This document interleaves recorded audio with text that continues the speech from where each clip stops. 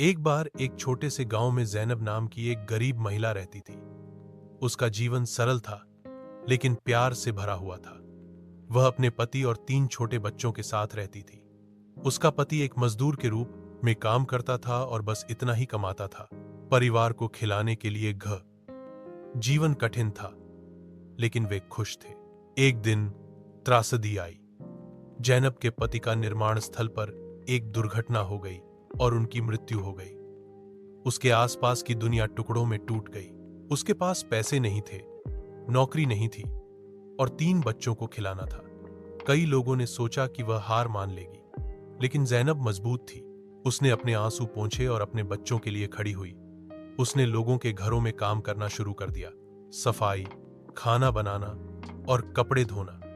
सुबह से रात तक वह अथक परिश्रम करती थी।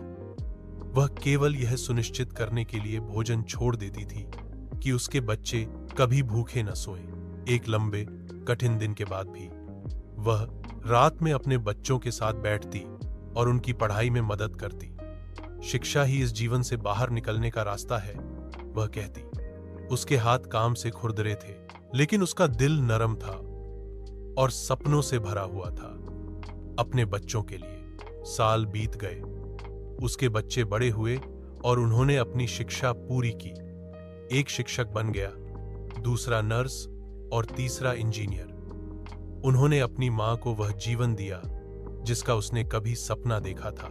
जैनब, गरीब विधवा जिसके पास साहस के सिवा कुछ नहीं था, ने अपने बच्चों को सफल, दयालु और आभारी इंसान बनाया। उसकी कहानी गांव के हर किसी के लिए प्रेरणा बन गई।